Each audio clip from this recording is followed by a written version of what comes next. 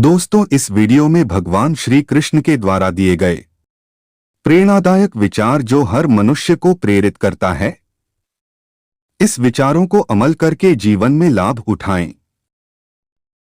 जीवन से बड़ा कोई विद्यालय नहीं, कठिनाइयों से बढ़कर कोई परीक्षा नहीं और समय से बड़ा कोई शिक्षक नहीं। कहने का तात्पर्य है, विद्यालय में तो शिक्षा एक नियत समय पर दी जाती है,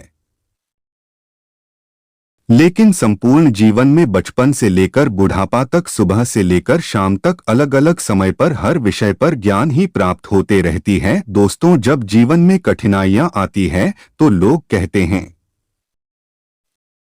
कि तुम्हारा परीक्षा चल रही है, इसके बाद आने वाला समय में परमात्मा तुम्हें सुख देगा। समय से बड़ा कोई शिक्षक नहीं होता है।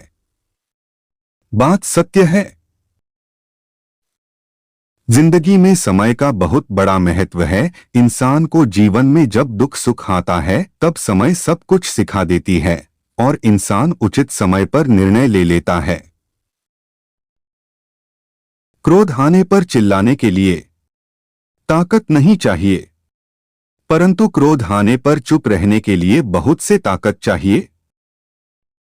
देने के लिए दान, लेने के लिए ज्ञान और त्यागने के लिए अभियान सबसे उत्तम है।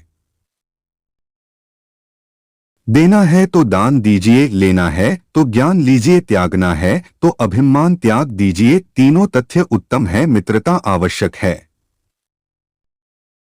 संबंध भी आवश्यक है, परंतु जीवन की हर कठिन परिस्थिति यह दर्शाता है कि अकेले रहने की कला का आना भी कितना आवश्यक है।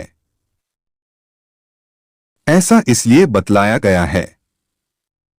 दोस्तों, जब संबंधों में खटास आ जाएगा, आपके रिश्तेदार बार बार अपमान करेंगे, आपको कोई कीमत नहीं दिया जाएगा। ऐसी स्थिति में आपका दिल टूटकर बिखर जाएगा।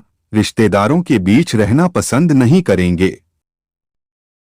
ऐसी समस्या आ जाए तो क्या करेंगे?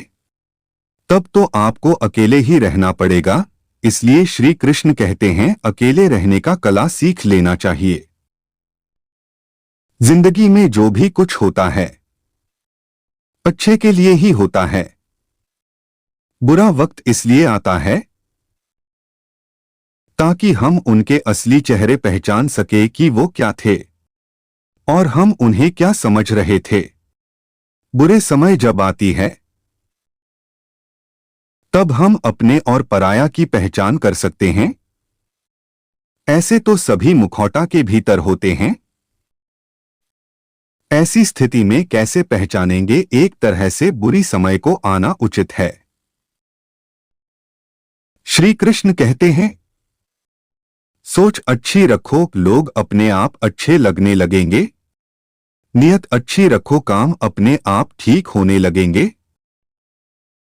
जो कुछ भी तुम करते हो उसे भगवान को अर्पण करते चलो। ऐसा करने से तुम सदा जीवन मुक्ति का आनंद अनुभव करोगे। तुम कर्ता से, बोझ से मुक्त हो जाओ। सब कुछ प्रभु का है और प्रभु को ही अर्पित है। इस संसार में कोई भी मनुष्य सर्वगुण संपन्न नहीं होता, इसलिए कुछ कमियों को नजरअंदाज करके रिश्ते बनाए रखिए। उनके कर्जदार और वफादार हमेशा रहिए। जिन्होंने आपके बुरे समय में हमेशा साथ दिया, ऐसे लोगों का कभी हाथ नहीं छोड़े।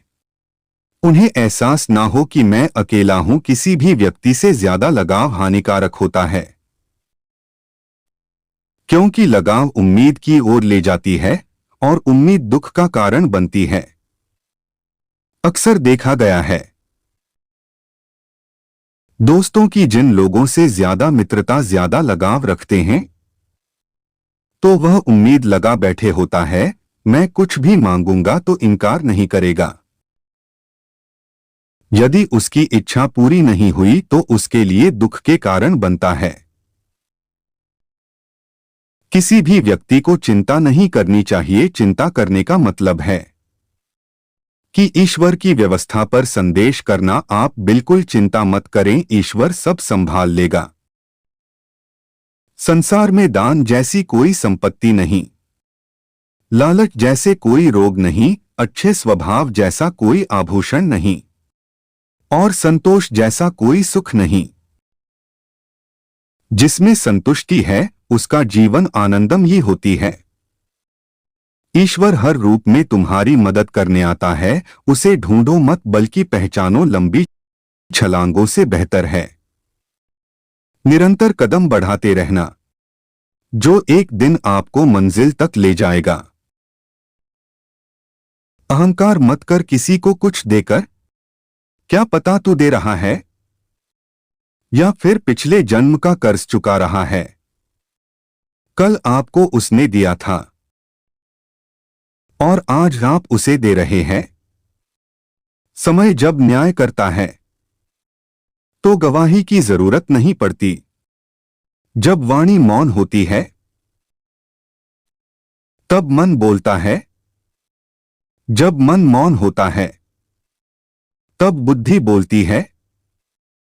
जब बुद्धि मौन होती है तब आत्मा बोलती है